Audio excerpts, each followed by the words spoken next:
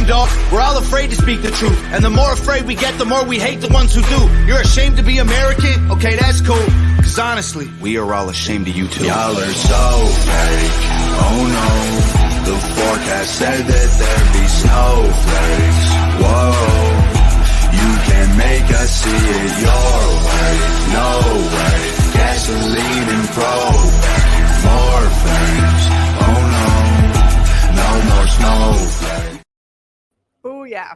That is Mr. Tom McDonald. I want to thank him so much for allowing us to use that really, really amazing song. He's like dropping songs left, right, and center. He had a huge release last Friday called New World Order. He's got another huge release coming up this Friday, so make sure that you guys are following him on his social media. I believe the videos are getting dropped on his YouTube page, so go ahead and take a look at him on his YouTube page. He's got some amazing songs. He's got some amazing messages for every human in this world right now when it comes to fighting for freedom and really demanding that we have freedom of choice moving forward and freedom of speech for sure. So welcome to the Filthy Truth. Of course, this is a little bit pre-recorded, so if you guys do have questions, make sure to tag me in the questions, and I'll make sure to do my best to answer them. Or if there are questions for Dr. Pam Popper, then I'll make sure to get them to her, and then we'll see if we can figure out a way to get some of those Q&As answered. I want to put out a huge thank you to Resistance Coffee. Of course, they are the Filthy Truth lifeline when it comes to caffeine. So head over to resistancecoffee.com/filthytruth, and then you guys can type in the code LYN, and you guys can save 10% on your coffee purchases. It's amazing. The Defund the CBC is the best coffee. Just going to say that right now. It's the best coffee to drink. I want to thank TakeActionCanada.ca. Of course, they are airing this live, so thank you to Take Action Canada. I want to thank WAM. So if you go to Winnipeg Alternative Media, if you type in WAM.live, you guys get to also watch us live on that platform. And of course, if you guys just want to go to YouTube and you want to kind of keep pumping up my stuff, that's awesome too. Head over to YouTube. It's Filthy Truth WPG, and you guys can find us there, and you guys can comment away. I know that we have a couple people that text me personally after they've tried to comment, and I don't know if it's because YouTube has it out for me or what, but I don't know. We'll see. We'll let it be what it's going to be. I just want to put a shout out to all the badass moms who's reached out over the last week and a half about, putting their wellness first and starting to take action into parking the excuses and moving their bodies. Either they're looking for weight loss, or just looking to get back into fitness, or they're just looking to feel better every single day. Because we could wake up in the morning and we can kind of continue on our day by putting our head in the sand. But the problem is that eventually that all catches up to us. We feel lethargic. Our bodies feel gross. We feel bloated. We don't feel good. Our joints ache and everything. So we want to make sure that we're moving our bodies. We have a 90-day program right now, and it's a no gym, no problem work program. It's from beginners to advanced. I literally have everything from elite levels to very, very, very, very beginner with chair sits and different alternate different workouts, because we want to make sure that everybody's able to move their bodies. And we want to make sure that you guys, when you're in your 60s, that you can pick something up off the floor, that you can sit on the toilet, because at the end of the day, it is all about functional movement. And we want to make sure that our bodies are staying in the best shape as they can. All right. With all that, I do want to put a shout out to Iron Will from strongandfreecanada.org. If you guys head over there and watch the Iron Will report, you guys will see the convoy message that I had out there for the Filthy Truth rant. And we stand by our freedom fighters. We stand by the truckers. It's amazing to see, like, the little truckers that could in Canada, and how the eyes are all on it right now is absolutely... It makes me so proud to be Canadian right now. Even in Mexico, we watch it every single day, and we're always keeping our eyes on it, because it is so important, the movement that our truckers have started. I mean, look, they're doing it, a convoy in Australia. I believe they started one in the U.S. that is going out to the Capitol Hill. I think this is amazing. I think this is what the world needed, and I think this is what we can do to start stepping up. If you watched JT's speech from Tofino, because that's where he's at, he's not even in Ottawa.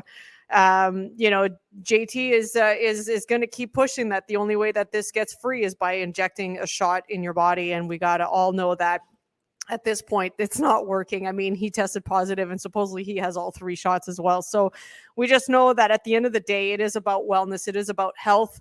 And if they really want to make this about health and how to care for ourselves, then we need to listen to people like Pam. She has a book out called Food Over Medicine, which I love the title because I truly believe that we can heal a lot of our problems through the right amount of foods, the right foods, and how we cook our foods, right? If we're deep frying our foods, it's probably not the best way to eat our foods. But if we're doing it the right way and we're really incorporating movement, we're really incorporated the spiritual health, and we're really creating an attachment to our emotional health, and we're really kind of combining physical, mental, and spiritual, and we really kind of create this lovely pyramid. We can heal ourselves from the hardest, most devastating illnesses through the power of food. I mean, I remember listening to a TED Talks a couple years back, actually, and he was diagnosed with a level 4, and maybe I'll ask Dr. Pam about this, but was a level 4 colon cancer.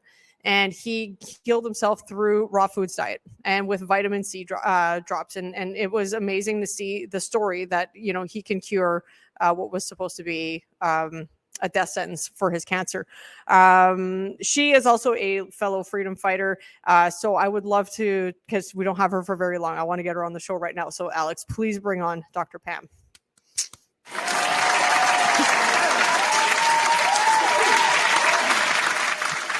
We got the standing ovation. That was the first time we nailed it, Pam. That was the first time we got it. I feel very appreciated. Thank you.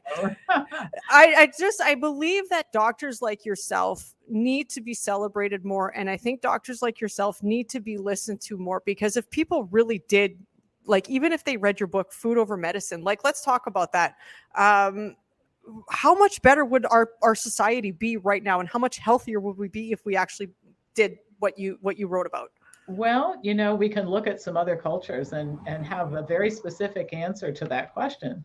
The longest lived women in the world live in Okinawa, and they eat a plant-centered diet. It's very low in fat, high in fiber. The Blue Zones, the Seventh-day Adventist community in Loma Linda, California, they eat a very plant-centered diet, very little animal food. And so most of what doctors spend time treating would turn from very common, like by the time you're 60, everybody has it, to much more rare events. And we certainly would go a long way in keeping our children from being so sick. I think one of the most disturbing things I've ever watched happen was when the American Academy of Pediatrics said that we need to start testing the cholesterol levels of 8-year-olds. And if we can't get them to cholesterol lowered sufficiently with diet, then we put them on a statin drug. And an 8-year-old taking Lipitor just seems like a comic strip type of thing, not something that should be going on in real life, and there's a chewable form of Lipitor that was developed for the European Union for children. So then we could spend some time on other things that are health related. We have a lot of resources. Insurance premiums wouldn't be so high. Governments wouldn't be so stressed. I mean, the ripple effect of doing this, if we got everybody to do it, would be pretty incredible, actually. I love that you brought up the Blue Zones, because I did do a bit of research on that. And there's a town even in Italy where they talk about how people are living for like 100 years through what they do, which is a lot of walking. There's not a lot of click the button here and get it delivered in 24 minutes or less. Again, the whole thing that what you brought up is really important to me. And it's a core value of mine, which is I'm a vegan and I'm hardcore vegan. Truly believe that we don't need animals to eat. And I mean, I get some flack on both sides of it, but I truly believe that we don't need an animal to eat. Because when I was eating meat, I always felt sick. I always felt gross. I always felt like my joints were achy, maybe eating the wrong meat, maybe eating too much of it. But in that one town in Italy, they eat, I think he said the total amount of meat that they eat actually a day was only like 10 to 15 grams. So explain to me about that. Why do you feel like the plant-based and the higher fiber helps these Blue Zone people live longer and healthier?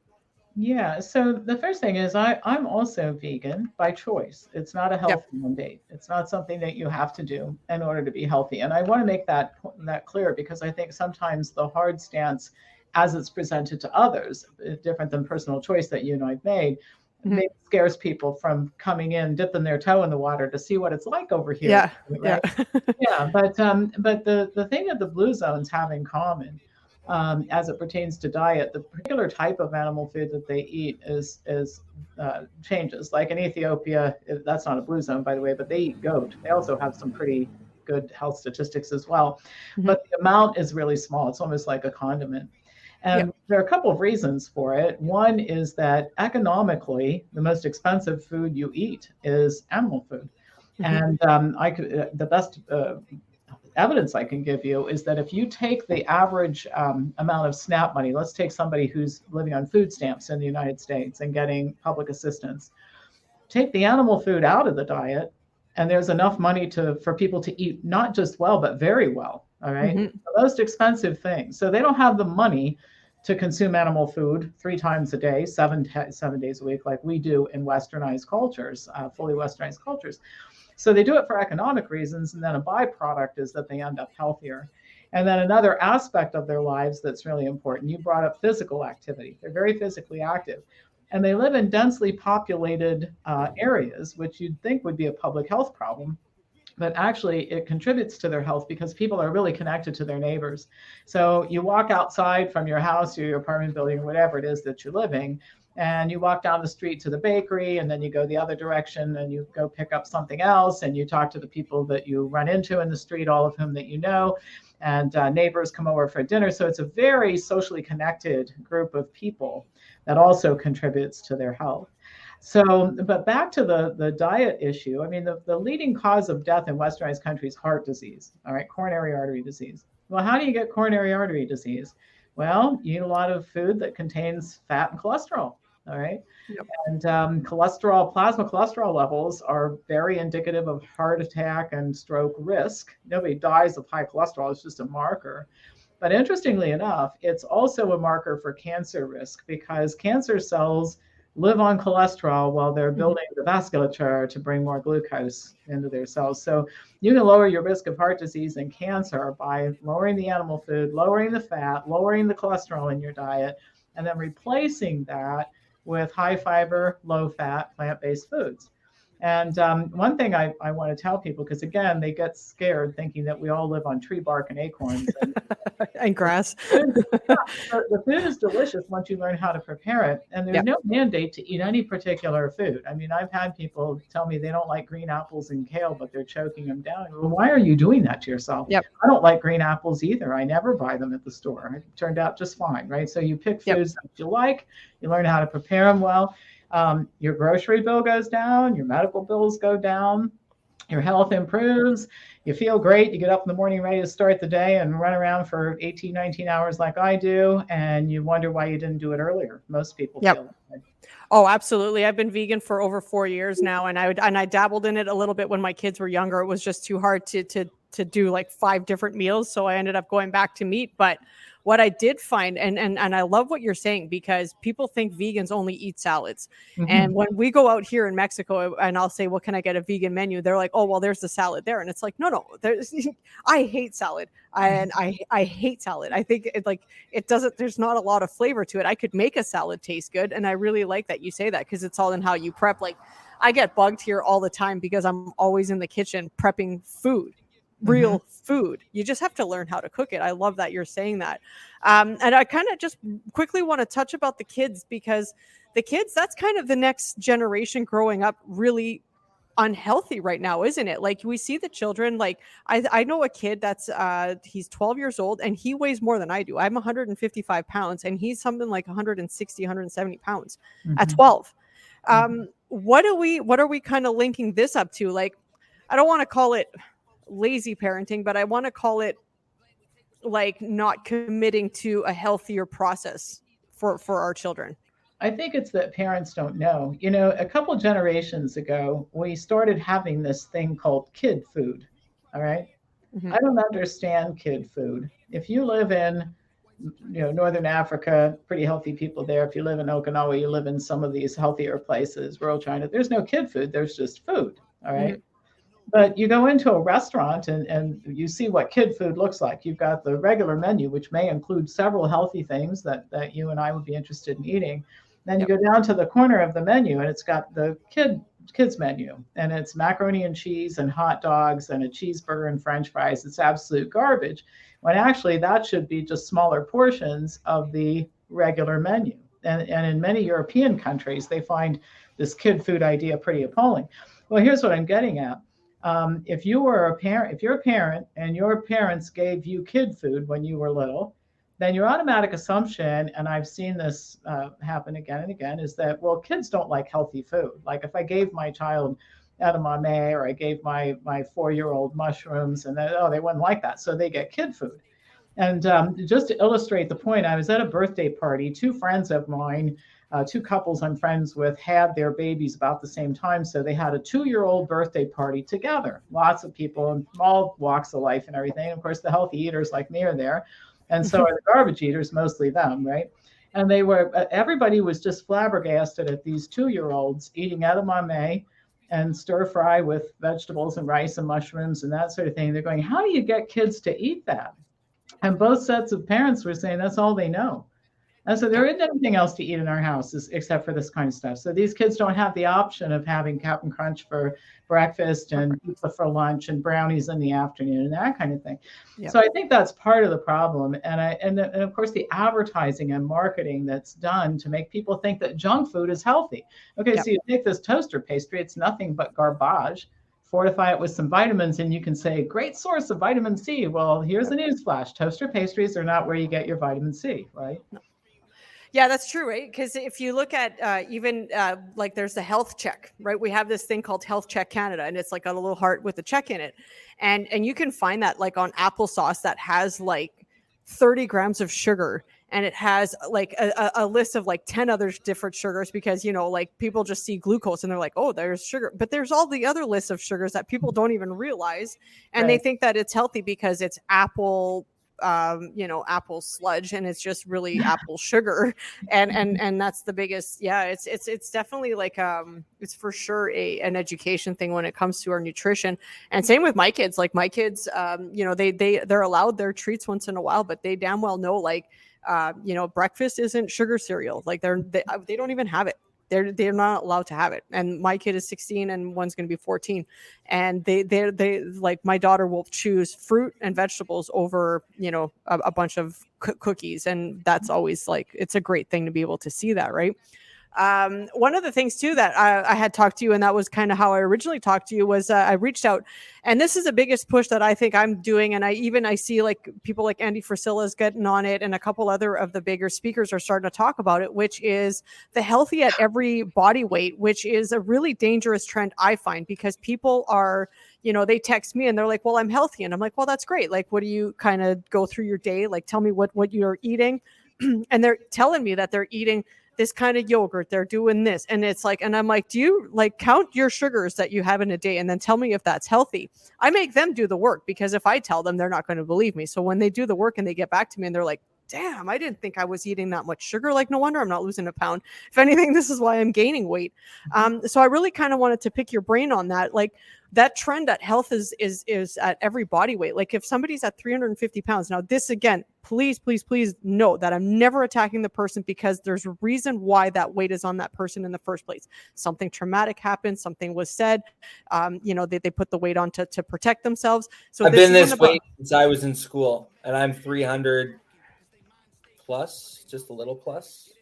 Yeah.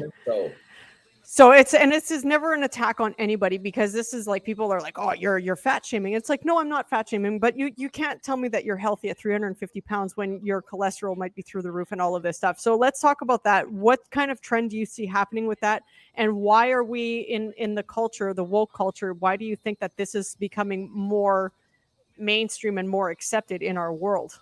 Well, I'll just preface my statements by saying that I'm 65 years old, and about 40 years ago, I got over being politically correct. Okay, so perfect. I'll also say that I'm with you. Fuck yeah. There is no such thing as politically correct. Everybody's going to take an issue with everything. Right. And yeah, so sure. I also want to say that I agree with you that this isn't about fat shaming or anything like that. But But the first thing is that we seem to be trending in our society to finding a reason to allow almost anything to go on that somebody wants to do, whether and this is, I use the word in all of my business endeavors, in my volunteer group, in my nonprofit group. We use this, we call it the D word. People are very upset about the D word. It's called discipline. Okay, you have to take a disciplined approach to life, and you have to stand for something, and you have to have principles, and you have to have, you the way that you live your life, you're basically making an announcement to people about what your life stands for, what you stand for, what you think is okay.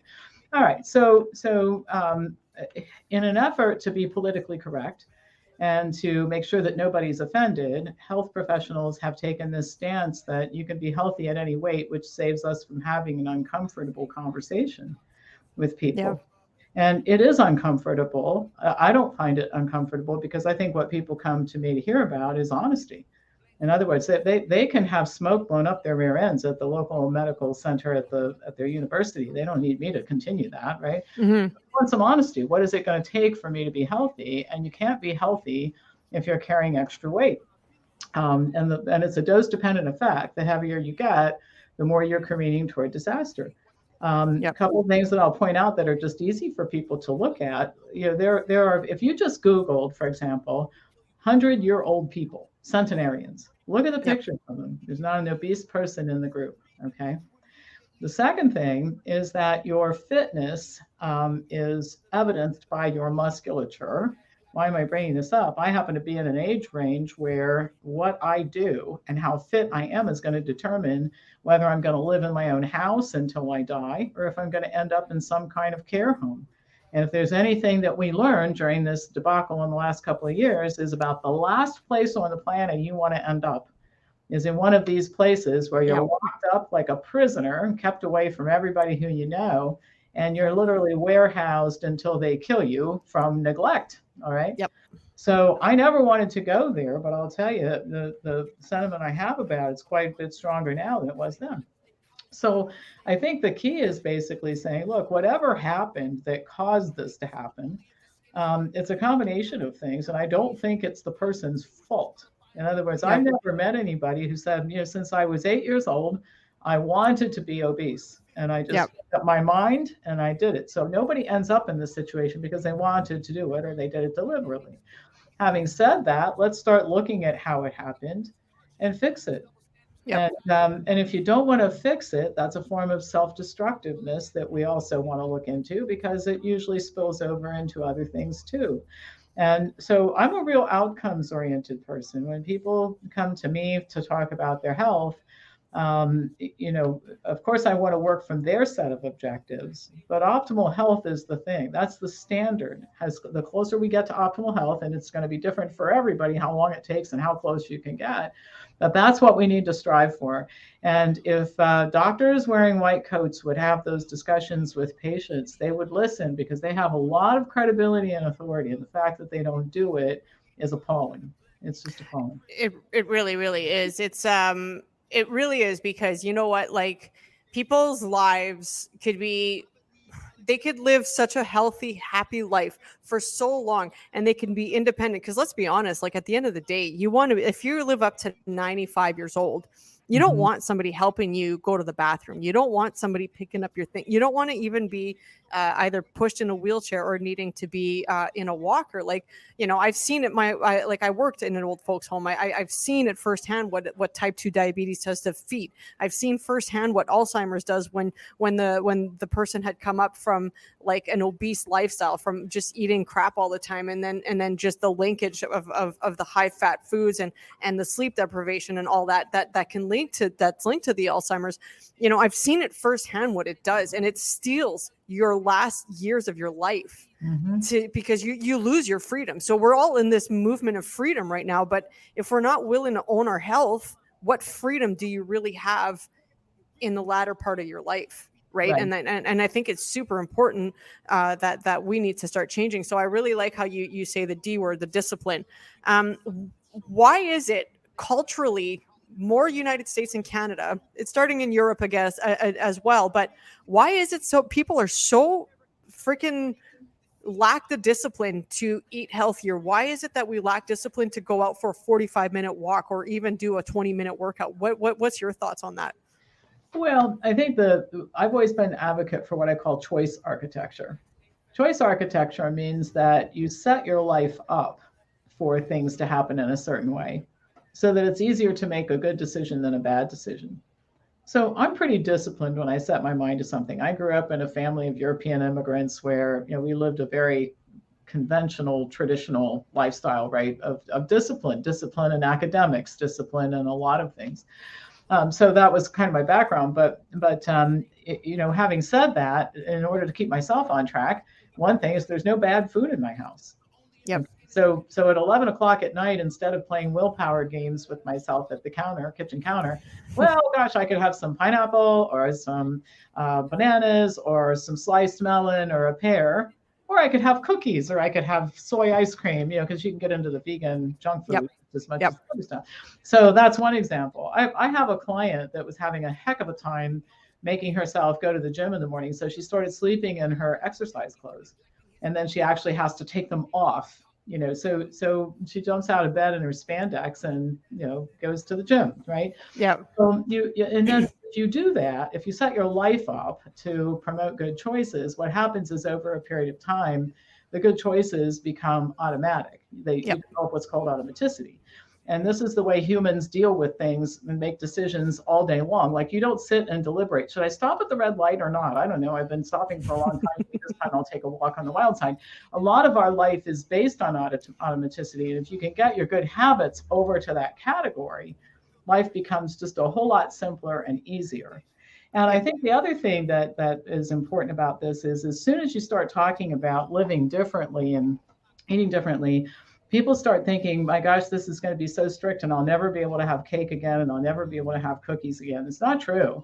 The dose is the poison. And cake on your birthday and a glass of wine 6 or 8 times a year, that's not going to kill you. It's when this stuff becomes food groups. I mean, it's every day you're having this stuff. That's when it starts to become a problem.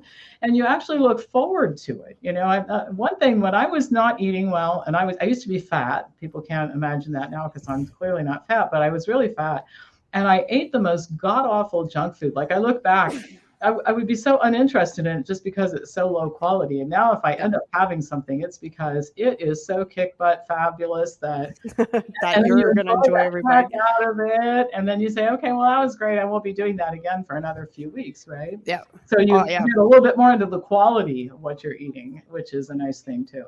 For sure. And like you, like, I used to be over 200 pounds myself. And like, I think back about the food that I ate back in the day, and it's like, I could never go back to that, because you know how you felt after it, you know, and you never really enjoyed it, because you'd scarf it down and then would be like, well, you know what, that pound of rice peanut butter cup looks really damn good right now too. So I'm just going to eat all of that. And then and being vegan, I think being vegan has like really cleaned up my whole like chocolate and all the bullshit, because I don't eat it anymore. And then what I like how you're saying it, you know, people think that you're so confined to a diet. Man, I eat like pizza tacos. I eat so much food, but you have to dose it the right way, and you have to add it to the right way. And once in a blue moons, you get to enjoy this stuff. Like, I find pizza tacos are amazing. Something we invented here in Mexico because we wanted pizza, and they don't have any vegan crusts here. So I know that we have to cut this short because you had another call there right away, Pam. But how can, what can we talk about? Like, what can we say to the people who are sitting there thinking like, I really want to change, but I don't know what the steps are to changing. You know, my doctor says my cholesterol is fine, but I'm, 150 pounds overweight and I don't feel good. Like, what would be the one thing you can say that to that person? Right here. Say it to me, because I'm the guy. Talk to Alex. Well, I think there are a lot of books. I mean, I recommend Food Over Medicine. We help people with this transition. There are a lot of people that help others to make the transition. But I think the first step in the whole thing is you just get rid of the clearly bad food out of your house. You just have to get it out of your house. Use choice architecture instead of thinking that willpower is going to keep you from eating bad stuff. Yep. And one thing that I've always told people is, just as a starting place, because I can look back on my bad eating days, I had some dishes that weren't too bad that I could keep eating. And there are some dishes that lend themselves to being cleaned up a little bit. Like if you make really fabulous chili, take out the beef and stick in 2 different kinds of beans and season it the same way, because seasoning makes the food. I mean, the beef doesn't even taste very good if you don't season it, right? And so, so look at it this way. Just come up with 5 or 6 things that you can start to make. And another thing that I'm a big advocate for, I was on a reality TV show, and this kind of came about as a result of that by accident. I know it's kind of a weird thing for somebody like me, but this idea of batch cooking. So what I do is on the weekend, I figure out what I'm going to eat this week. All right. And I go buy the food and everything else. I make it all on Sunday, generally speaking. All right. And then I make enough of it that I can have, like breakfast, you can make like smoothies or oatmeal or whatever. But when it comes to lunch and the rest of the day, most people don't have time to cook. So I make enough of it that I can have lunch and something to eat in the middle of the afternoon and dinner and maybe something after I finish working at night. And then all I'm doing is warming up things and making a salad to go with it, instead of saying, well, I don't have time to cook right now, so I'm just going to go grab something. Those are the worst choices you make. So have your refrigerator stocked with this kind of stuff. And everybody watching this, I bet, could come up with something that they're making now that's really good and could easily be discontinued.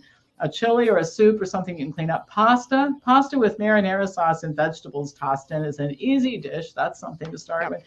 So make a few things like that, get into the habit of batch cooking, and then buy a few cookbooks. And they're beautiful now. They have pictures, make the food look really appealing, and that kind of thing. And I think you'll find that it doesn't take much to get you on a healthier track, and you'll like it and feel better about yourself as you do it. I totally agree. And I think when I was working at the gym, that's what we had to do. Was Sunday was meal prep day. And we did all our batch cooking on Sunday. That took care of all our suppers. That took care of all our lunches. Everything in between was just like grab some bananas at, the local supermarket and just and I had food always at the gym. I don't know about you, but being super active and super whatever, I eat a lot of food during the course of the day. 2,500 calories for a vegan is a lot of calories if you're eating natural foods, right? And if you're eating real foods. But yeah, I like that. And the chili, like you said, it's all in the seasoning anyways. I make lentil chili all the time. It's so freaking fabulous. Or a lentil stew. And you get all your proteins, you get all your fibers, you get all your everything through that. And it tastes absolutely amazing. And see, my kids won't do anything that doesn't have some kind of meat substance in it, like actual meat. And I love vegetarian food and vegan food. Like personally, I love that stuff better than some of the dishes we cook now, but it's the kids, they just won't give up the meat. And that's where I'm finding it. If you seasoned it the same way, they probably wouldn't even notice. My kids too, same thing. Yeah.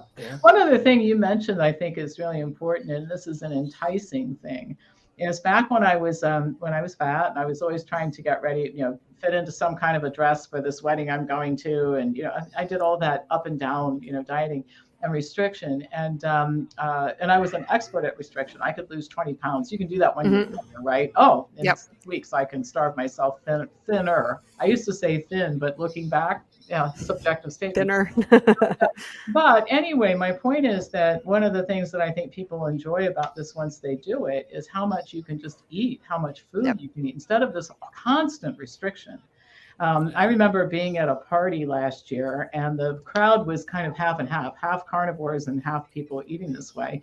The hostess had made a fabulous buffet of food that you and I would really enjoy eating. Okay, so here we are. The two of us are pretty small people. I'm real lean, so we've got these big dinner plates piled with food, and the carnivores are used to getting tiny portions, and they're going, where are you little girls going to put this food? I said, I don't think you understand. I'm going back for seconds. Okay, this is of course, right? And it was delicious. And then we, of course, for dessert, she had this gorgeous fruit dessert. And, so most people would rather engage in just eating what they want, how much they want. I want to build up. People like chewing food. So this business of you get a smaller plate and put the tiny portion on it and somehow that makes it okay.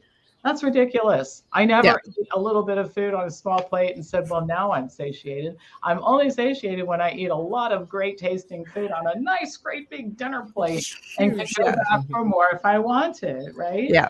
Yeah. Right. And it's like, I like Dr. Michelle May with a couple of the things that she says, like, eat until you're content. When you're eating vegetables and food that are healthy for you, you really don't overeat. And it's almost like you can't overeat because you really like, who's really going to fill up on cucumbers, carrots, and all? You eat until you're satisfied. And then you're like, okay, I'm good. Like, and like you said, like, I'll go for seconds and then I'll eat like, 20 minutes later, I'll have my fruit vegetable, like my fruit dessert plate.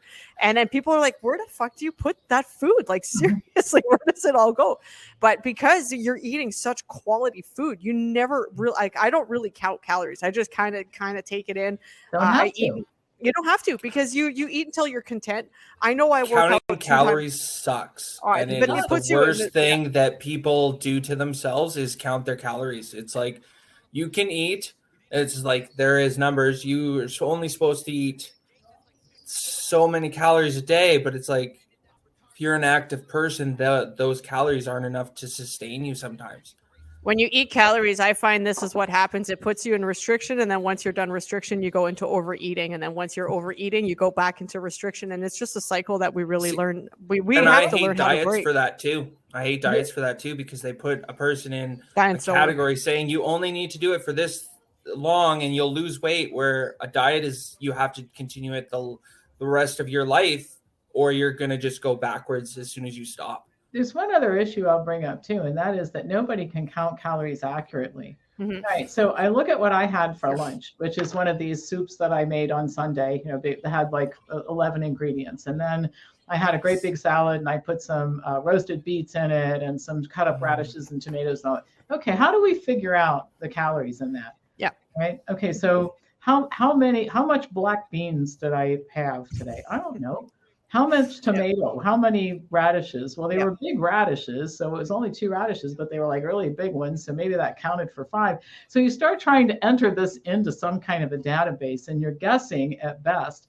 And one thing I've told people about this kind of tracking, I want you to put more intentionality into what you're going to eat before you consume it, instead of all this effort into trying to figure out what you did in a database, right? Yeah. And that's when you can disconnect people from all that tracking and all that kind of stuff, it's a feeling of freedom, because you can't overeat this food. You'll explode. There's only so much lentils and lettuce and stuff like that you can consume before you just explode, Yeah, you just can't eat anymore. Like you physically cannot put another bite in. And usually if you actually tap in what you're eating and start to listen like that, and I think that's a big problem too, is people don't listen to their stomachs, right?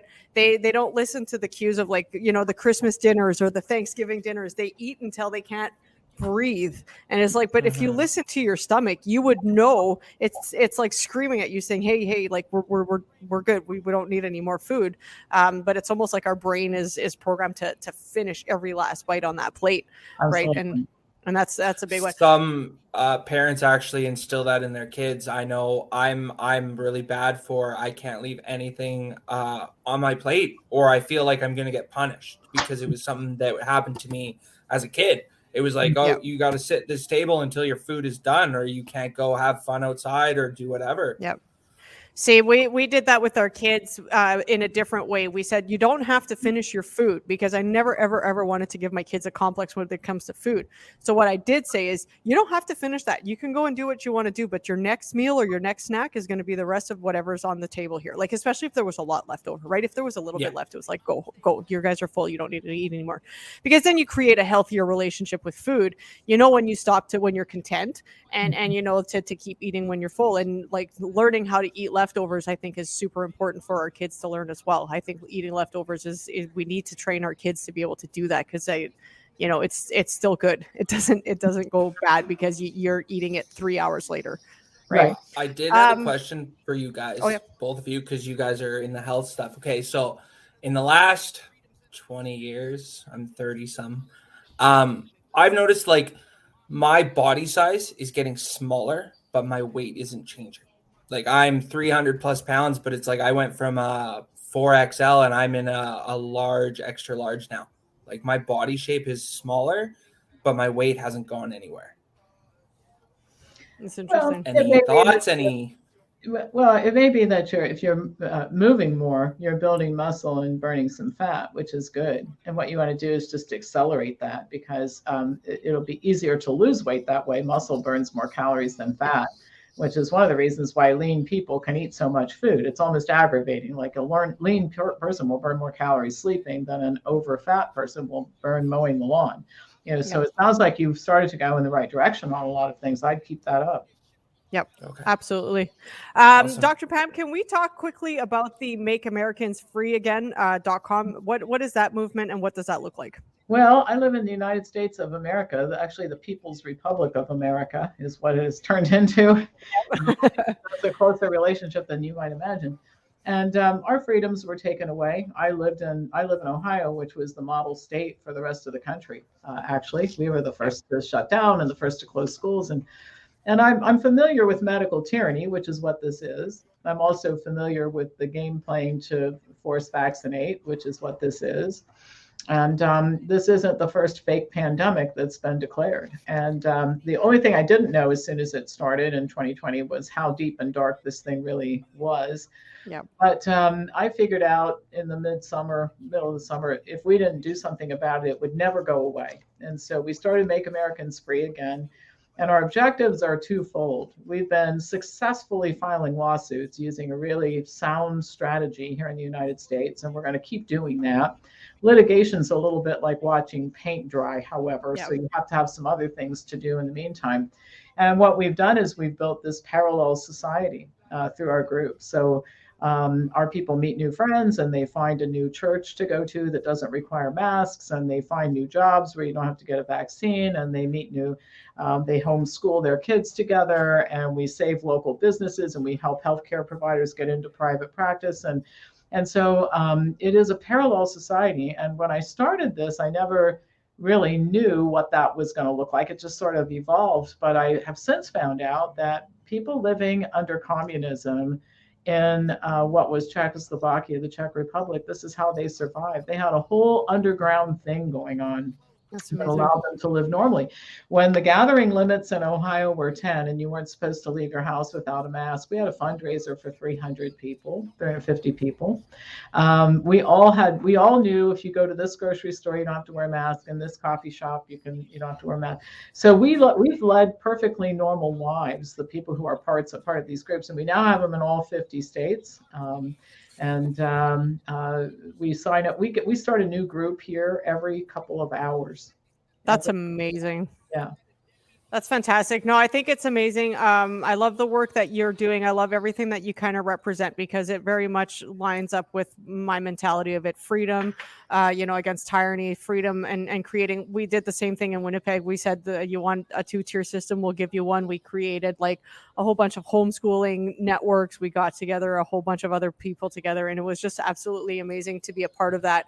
And then of course how your views on food and health, I think just super align up to what we need to see more in this world. So I really appreciate that you took the time to come on the show. I hope you can come back on again because I really think that this would be such a great conversation to continue. I think we just keep educating the people together, and Canada and the USA, like we're neighbors. So we need to make sure that we're taking care of each other, because I think if you help us and we help you, I think everybody can just live in such this amazing harmony, because we are so blessed to have the freedoms that we have had and that we need to keep fighting for. So thank you so much, Pam, for joining us today. And I hope that everything that you do keeps continuing to grow in such amazing success. All right, great. We'll continue our conversation. Have a great day. For sure.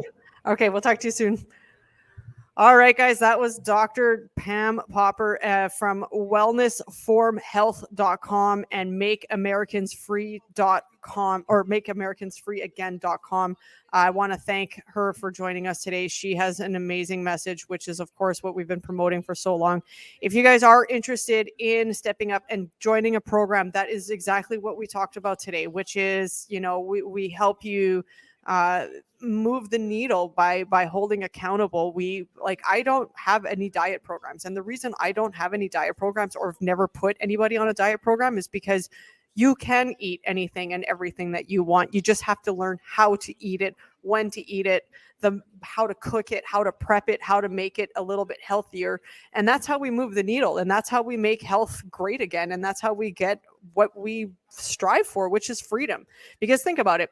If you're overweight, you lost a foot to a type 2 diabetes. If you have cancer and you can't do much because of whatever, and you have Alzheimer's, you have all of this stuff because of wellness issues that you could have prevented that from younger. And it's being proven more and more and more. I can get a lot of woke people are going to be like, damn you, Nelson, for saying this, but it's true. It's all linked together. If you can start doing something now, you guys can give yourself a chance in the later part of your lives to be able to live free, to be able to live on your own, to be able to do your life on your own merit and not be put into a home where we all know what's happening right now. People are dying alone. People are being neglected and they're being killed through that process, which is awful. And it's heartbreaking to see that this is actually happening in our society. Do one thing to move the needle. Do one thing. That could be drink a little bit more water. Do one thing. Get a little bit more sleep. Maybe you need better sleep. Maybe you need to park your fucking cell phones an hour before you go to bed and leave them out of your room. Right? Oh, yeah. It's so crucial right now. And like Alex, you're saying like your kids, they have to have meat. But I'm telling you right now, if you can season things a little bit differently, if you can kind of tweak my oldest stepkid, he is okay with the vegetarian vegan meals. It's the middle, the younger three. Yeah. My youngest is 5. He doesn't understand. He wants what he wants. So it's like, no, this is what's for dinner. And then we have the issues, him screaming, whatever. But we usually don't cave in. But it's like, he's the only one I cook for at lunch. So I generally cook healthier. Like, I know how she said mac and cheese isn't good, but usually we do our own mac and cheese. Like, from scratch. I think you're talking, so like, if you're talking Kraft Dinner from the box there, that's the plastic. It's not that great, but no. It happens. You know what? And again, the one-offs, it's never to shame any parents, because sometimes it's like, even if you look at it like in a general sense, junk food is cheaper than healthy food, so I understand it. And in this right now, with what's going on, I understand not being able to go buy, the healthier options and having to, subside with the, kind of more junkier food just because you're not making enough money to buy it. But do you know that you could make pancakes with oatmeal and bananas? Did you know that you can do plantain pancakes? We do it all the time. Plantains, we got to be anything soy and pea based. We got to be careful. There's an allergy in the house. Yeah, but same with pineapple and that. Yeah. But yeah, like we can plantains, barley. What's that one? The one that looks like a hoof shoe. A hoof shoe? A hoof. A hoof of an animal, like it's split in the middle. It's I want to say buckwheat. Maybe buckwheat. Okay. Maybe. I don't know, man. It's I love them. Whatever it is, I love them. I don't know what they're called, but they're little white. They're like a circle oval, and then they've got like a dark line in the middle of how they were come off the shoot. Oh, I don't know. Quinoa, I don't know. Quinoa tastes nasty. Quinoa is delicious, actually. And I hate the that's taste. all. But it could be how it's seasoned too, right? I was tell you right now, I could make I cook a lot here. And when are you coming to Canada? Because I'm just gonna come visit, and you're gonna cook me all this shit and be like, here, just eat it. My daughter eats everything that I make her. She's sitting right over here, and literally. And if I'm not finished, you want to come in and say hi to everyone? Come here. I'm gonna bring in Sierra. Okay, have a seat. Okay, so this is my daughter. Hello. And she can't hear us, but Yeah, here, put this in your ear so you can hear. Oh, okay. So my daughter here, if I don't tell her to leave my food alone, it's gone. She'll eat it. Oh fuck. Yeah. So because it's anything. It's literally it's any craving that you have. It's just. So tell them a little bit, because you'd never ate really vegan food until I started cooking. So tell them about the change for even just yourself in the last little bit. It's okay. So we were in Cancun about, what was it, three months ago now? Yeah. And up until, just before we left Cancun, I was eating cheese and bread. And I've always eaten cheese and bread.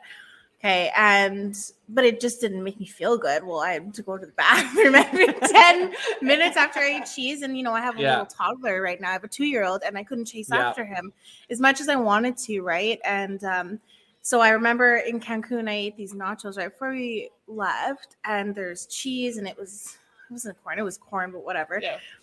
And I couldn't breathe at all. And it was like 3 nachos, but there's loaded cheese on it. And I couldn't breathe, and I couldn't chase after my kid. So I'm like, that's it, no more. And I haven't eaten cheese since then. And oh my God, just like the amount of I'm so much more mobile now. Oh, and it's the weight ridiculous. that she's lost in like 2.5 months. It's ridiculous. It's starting to melt off. Oh yeah. But and in here, like I guess Sierra, you'd be like so want to talk about this. Like even here across the street, like we have people here, like they literally, when we say they work for a living, they haul brick by brick for a living. They were hauling bricks when we first got here about 2 months ago, when they're pretty much done. They're almost on the outside of that house. It's crazy. Nice. But even how active are we out here? Like you think about like how active were you in Winnipeg compared to how active are you out here? Like it's your influences, right? Like as long as you tune in with the right influences, anything's possible, right? Because you see the energy, and you see them, like your inspirations. Basically, you want to be like that. You want to be as happy. You want to smile. You want to move. You want to have that lifestyle, right? And so, and I grunt every morning right in front of her room. Oh my God. I'm like, she gonna wake up my son. She better not wake up my son. But no, I was just, I'm like, I left your Beyond Meat sausage in the Tupperware. Good. Sorry. Yeah. Thank you. So that's my daughter. She literally eats everything that I cook, but she's been doing that for a while. But before it was more meat based for sure. It was more meat and flour. More meat, flour, and dairy. And now she's taken out the meat. She's not the meat, but she's taken out the dairy, and she's taken out the flour, and has increased her plant base. See, that's what a lot of people don't understand is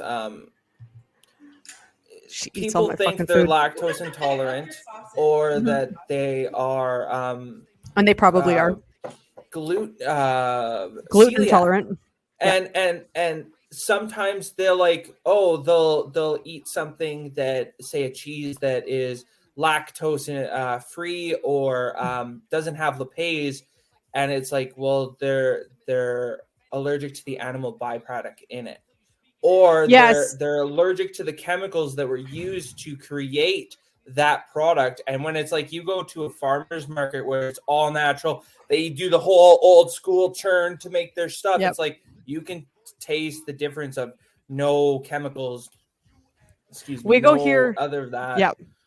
We go here. It's called the Marquetta, and it's in the historic center in Mazatlan here. And it's like for us to get there, it's about 30 minutes to get there by car. Just because of where it is. But the 30-minute drive to go to the market for for tomatoes, we get broccoli, we get plantains, we get everything. I just stock up when we go. We go about once a week, and it's time. It's kind of time for us to go again. I'm running low on some of my fruit. The difference between even the market to the food that's on the shelves in the store is night and day. And from the market to the markets in Canada, the food is like, when we first started, we're like, oh my God, there's so much flavor in these grapes. Oh my God, these strawberries are so much flavor. Oh my God, this is and then we went to the market, and we're like, holy shit, like this is what food tastes like. And you're so right, because you know what, like when you think about 20, 30 years ago, nobody was gluten intolerant. Nobody was lactose intolerant. And the reason for that is because of the shit that they spray on the wheat. They've modified the wheat to a whole other level of and craziness. Technically, when we develop, we're supposed to become lactose intolerant. That is how our chemical makeup is supposed to make us, so we can produce the calcium and all that stuff on our own. We're only supposed to have it same time span as like kittens, pups, and stuff like that. Like you switch from milk to water the same time you would switch from breast milk to water or real food for your children as well. They're not supposed to have it entirely, and we've genetically altered ourselves and our kids to need milk when we didn't used to. Yeah, we're literally the only species on the planet that drinks milk post infancy, and it is absolutely something that is pushed by the Health Canadas and the FDA's and shit Mm-hmm. like that. And you got to think like this stuff is pumped. And I'm not saying all of it because there are some dairy farmers that are very natural and blah blah blah blah. Like Oh I'll yeah, give them their props. But at the end of the day, we're not meant and we're not the designed to bagged drink milk. milk. We're not supposed to drink it. We're not supposed to have it. The cheese, as everybody loves it, it's great. It's fantastic. It's a great treat. But again, what health benefits does cheese have? What does it actually do other than tickle the tongue? And when you melt What's it, look how much grease and gross comes out of it. It's like, yeah, it tastes amazing. Don't get me Yeah. wrong. Melted cheese is amazing. But if you look at the grease and the stuff on your plate Yep. after you've melted cheese, it's like you want that inside you. Yep. I mean, And that's I the biggest sure do, problems. But see, that's the biggest problems, right? Like, I mean, we literally would rather choose something that we know it does take effort to change how you eat. It does because you have to be disciplined to doing so. Like this morning I made tofu. I grilled it. My grandson, we found out, loves tofu today. He loves tomatoes. He doesn't drink milk. He's never drank milk. Like the most that he's ever had was coconut milk and almond milk and oat milk. Those are the or three breast milks that milk, he like or breast from milk. He had a little bit of it breast at milk. my Yeah, yep. And he yeah. like he doesn't he's not a huge meat eater. He loves chicken. But we started him on avocados. We didn't even do pablum. Mm-hmm. It was avocados he started, and then we moved Nice. on to a different one. And that kid has never when he was learning how to eat, never ever once had those jarred foods because it was all naturally made from home. And this Mm-hmm. kid, you can tell the difference between him. He's going to be 2 years old in April, and he, compared to another 2-year-old that we've seen here, that we've got a couple 2-year-olds around here, he's like the Mhm. smallest, most natural kid because of the food choices that the parents have made. My Yeah. daughter and her baby daddy, and then the food choices that Yeah. we all do because And it's like he's the child is running very energetic and all this Yep. stuff. Like you can't stop the energy. Whereas you see those other kids that are maybe not so healthy or Yep. not, that it's like, yeah, Yep. they're twice the size of that kid, but it's like they're not as active. They're not, you see Yep. that. And I see it too, because my kid has been energetic and it's like, yeah, we did the kind of jarred food. I think it lasted like 2 days. He just wouldn't eat it. And it's like, okay, well, if you're going to eat real food here, eat off my plate. And if you Yep. have an allergic reaction, I can put enough water down your throat to still it so I can get you to the hospital. Yep. Like I have training for that. So it's like, and I that's want, people are but you nailed something there, Alex. People are so scared to try things because they think that the kids are going to have a peanut allergy. They think they're going to have an allergy to this. Do you know what? Like peanut allergies are more developed, and I read a study somewhere, and I'm trying to remember, damn if I could remember it because this was a while ago, but is it they the say that study that more peanut allergies are developed for people excessively eating peanuts and peanut butter and shit like that than actually develop naturally? yeah, Is that like the study? no, the study was if you avoid peanuts, you're actually going to be more prone to allergies for it. Yep. Then okay, Same so with fruits and stuff like that. yeah, But so this there's kid, like also a correlation between overeating that said peanut or Well, fruit, because my mother-in-law just developed fruit allergies, like strawberries, can't do any of the berry family, but do can't you do know that that's coconuts, can't do. yeah, and that's probably more due to the fact that the spray that's on the strawberries. Because if you notice strawberries, if you buy them fresh, you have like maybe 2 days before mold develops on them, right? So what ends up happening is if you're buying them store bought, there's already pre-mold that's on there a little bit already. So you need to be super due diligent when you're buying your strawberries, because you're not actually developing necessarily an allergy to the strawberries, but the mold that The you might be chemical. eating off. Yeah, and the chemical. Yeah. Like we gave Knox peanut butter. I think I gave it him the first time he was like 6 months old. I was like, whoops, Yeah. I forgot there was peanut butter on a piece of pancake, and mushed it up and kind of gave it to him. And maybe it was a little bit, maybe 8 months old. And we were like, he's fine. Well, we'll see what happens. All right, let's move on. Let's just keep going. Like we literally Yeah. live 10 minutes from See, the hospital. We'll be fine. And we did that with my second step kid, Karma. I met her. I came into the picture when she was 3 months old. So at 6 months, she was off formula, she was off food, she wanted food because she was in a house full of women and me, and it's like all they did was cook and clean and this, Yep. and she's like, oh, me too, and it's Yeah, like, just yeah, okay, here's some food, I don't care. just feed them. It's like, Feed them. you're But I never mean, gonna even if know you what's gonna happen unless you try it. like, I grew up on a farm, and we would have a garden, and I know, right? And I would go and we would literally take a carrot out and like take the dirt off, and Oh yeah, or else we would you use get the dirt in your hose. mouth and just You take the hose and you'd scrape off the hose. Like you didn't fucking worry about the spray and we did because that too. Yep. it's and I think that's what we need to kind of get back to. I think what, if anything, that this pandemic has done is make people realize that you can't be dependent on food and grocery stores to have your food, right? Or and gotta now grow the your truckers own. are, you got to grow your own. So I think that this is an amazing opportunity for humans to kind of learn how it used to be back in the 40s. Like And you what can the go fuck from like is the wrong with 50s back parents down. telling their kids not to eat dirt? What the fuck is wrong with parents? It's like, man, dirt has fiber and it's got things you're not going to get in regular life that's going to make you healthier. I think like pulling a carrot out of the ground, people are so scared to eat it, and I'm like, I don't give a shit. Like, take it off and let's go. Yeah, pretty much. And I It's think like- and it tastes so good. Yeah, I don't know. It just reminds me of my childhood. Tastes My way grandmother, better than store-bought carrots. Yeah, you've Oh, yeah. got My- a richer flavor and a better snap, and yeah. and the 100%. orange is like nice and orange. It's beautiful. I'm like getting hungry just kind of talking about You all this get stuff. you turn orange faster from store-bought carrots and eating excessive store-bought carrots than you do natural carrots. 100%. Even though there's more whatever it is in natural carrots. 100%. I think that this has got to be one of those conversations that we bring up almost monthly. I'm actually going to text Pam and see if she could do this as a monthly show, because Be our monthly guest star. I think that the wellness Absolutely. is so important, because it is so important to do this. So yeah, for all the moms out there, Maybe get if her- you guys are interested in that.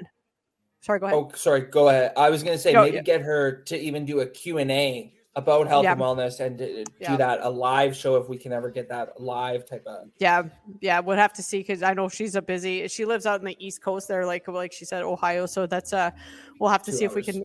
Yeah, we could do that. Would that be fun? But yeah, to all the badass moms fit over 40, if you guys have seen any of my photos, I've never had abs before in my life, and doing the program that you guys would be doing, I'm all like starting to get some lines, getting some cut. I'm really excited to see what happens in the next 50 some odd days, because that's when my goal to get in like the first top 4 abs are set for. I'm not starving, as Dr. Pam said. We eat so much food. I eat more food than like 4 people in this house combined, just because of the quality of food, because I'm willing to cook for it, because I'm willing to eat until I'm content, and then I eat again when I feel hungry, and then I eat again when I feel hungry. It is really about putting the right things in your body. Do you start off that way? Fuck no. Are you going to start off perfect? Fuck no. But you know what you do? You start with one thing, because one thing will lead you to another right thing, and another right thing, and another right thing, until you really start to prioritize feeling good. This is another thing that I would really love to bring up on the show one day is the addiction to pain, and addiction to feeling negative, and addictions to feeling like that self-loathness that we love to play in. We love to play self-sabotage. We love to play people victim. like how people bring it upon themselves, and that's all they're about type thing. Yep. And people live in that. People love self-sabotaging. People love cutting themselves down or playing the victim role. And I think that that's something that we really do need to bring forth and talk about. Everybody, Actually, no matter who you are, everybody has or knows someone in their life that does it. So don't even think, oh, no one in my life does that. Fuck you. Someone does it. You just don't know. You're not you paying even enough do attention. it. Everybody does it. I mean, I do. Who doesn't do? I do it. Fuck, I do it myself. So Yeah, I'll but be at sitting least there and I'll be we're like, doing it. We're like, fucking stop, man. yeah, you're like, okay, you need to like suck the fuck up, and you need to move your fucking ass, and you need to go and do this, because nobody's gonna fucking do it for you, and blah blah blah blah. And if you want things done, then you're gonna have to go do it yourself, and fuck off, and blah blah blah blah. And you get up and you go and fucking do it. Why? Because you need to. Your whole life depends on you moving and doing it. A good tip, actually, Vern. Coach You Vern? remember Vern, right? Coach V. He gave me a really good tip. People have a hard time getting into a routine of working out and that. And it's like, set it up as a daily business meeting. You have Yep. no option. It is a daily business meeting. You are in business with yourself, and is 20 to 30 minutes on a treadmill, 20 to 30 minutes, whatever. Make that a contract once a week, and then you're just gonna build on it because you've set it's a meeting. It's a thing. It has to be done. You do it as like a work. It's like, yeah. Well, and you that's gotta something work. that we've always said that to our clients back in the day too. It's you can't think of going to the gym as a recreational thing. It has to be like a doctor's appointment. Like, who misses doctor's appointments or dentist appointment? Unless you really can't go, nobody really misses those, right? No, So because you have get to charged. Yeah. So you put you have to hold yourself accountable, create a meeting, put it in your phone and say, this is a meeting for me that I need to do. And again, you can start off with 10, 15 minutes and then you move the needle up to 20 minutes. And then a lot of people are fine with 20 minutes. I've always programmed, a lot of my programs are about 20 minutes long because I know that people are busy. But you know what? If you fucking do it right in 20 minutes, you're fucking sweating. You got your heart rate up. You got a good workout. Your arms are jello. Your legs feel like shit. Especially CrossFit. And and then you high five and you move the fuck on. My workouts are between 45 to an hour long, depending on. I work out with my son, chasing him around the house. That's all I can do right now. All right, yeah, so we could keep going on and on. Okay, we'll wrap this up. Thanks to everybody for tuning in tonight. I hope you guys have a wonderful evening. If you guys haven't been following along or you've been living under a rock, hashtag Freedom Convoy 2022. Want to put a big shout out to everybody who is on boots on the ground. Todd from Winnipeg Alternative, for the two Todds from Winnipeg Alternative. I think Kurt came back the other day. And I want to thank everybody from Rebel News for showing this. I want to thank everybody from Take Action Canada for airing all of this stuff. I think it's fantastic. It's amazing to be able to see it. Justin Trudeau, I want to just kind of say this to you because you're such a fine fella. You're going to have to make a choice.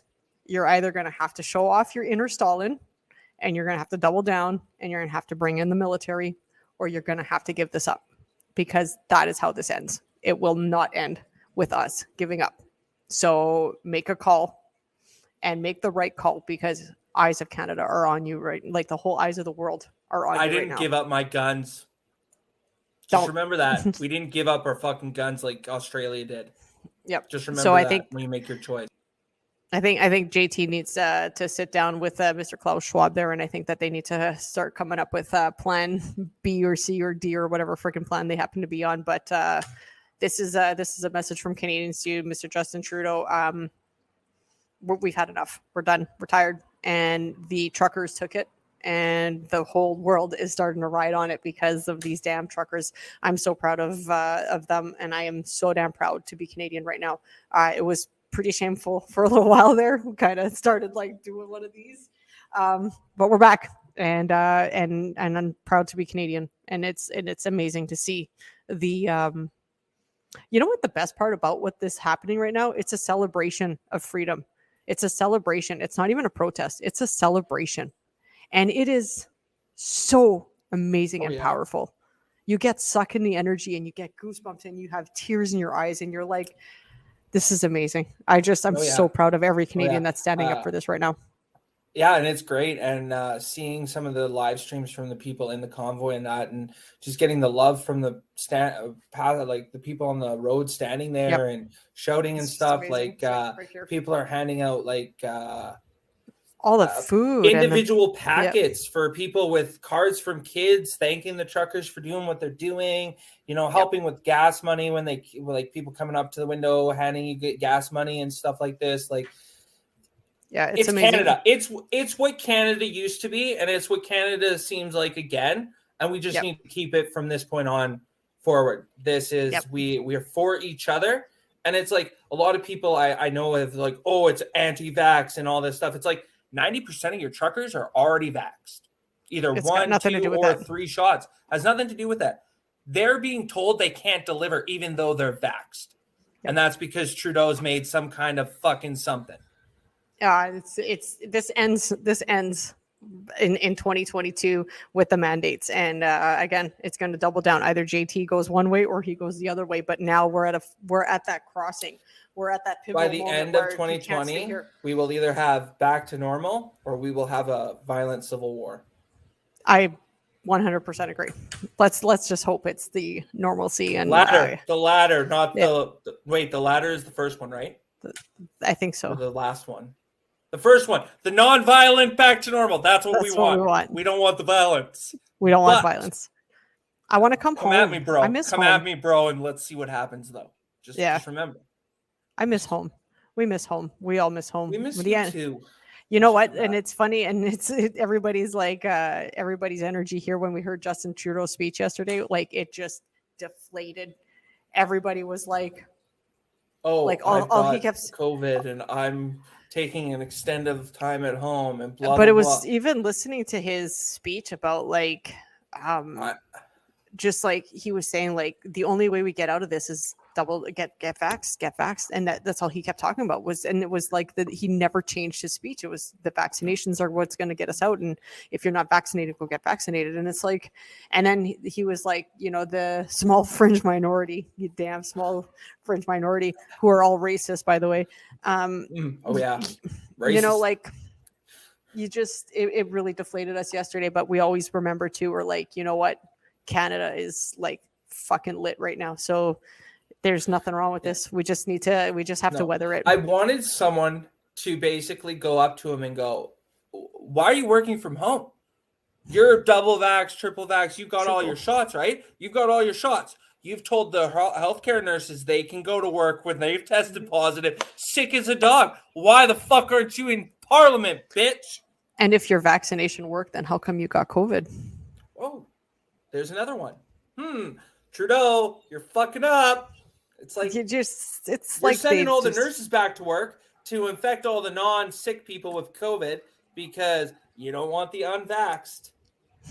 Yeah. But you're letting them go with coronavirus, sick as a dog. It's like you had the flu back in the day when flu was around. You stayed home. Yeah. Well, you got better. You went back to fucking work. It was funny because Dr. Bonnie was just saying, "Oh well, you know, it's almost like we have to learn how to live with Omicron, like we used to live like the flu." Interesting enough that the flu got a facelift. It's no longer the flu. It's called Omicron. New packaging in 2022.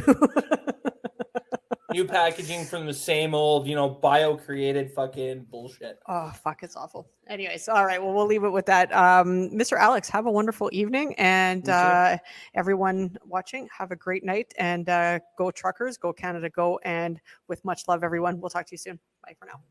Damn dog, we're all afraid to speak the truth. And the more afraid we get, the more we hate the ones who do. You're ashamed to be American? Okay, that's cool. Cause honestly, we are all ashamed of you too. Y'all are so fake. Oh no, the forecast said that there'd be snowflakes. Whoa, you can make us see it your way.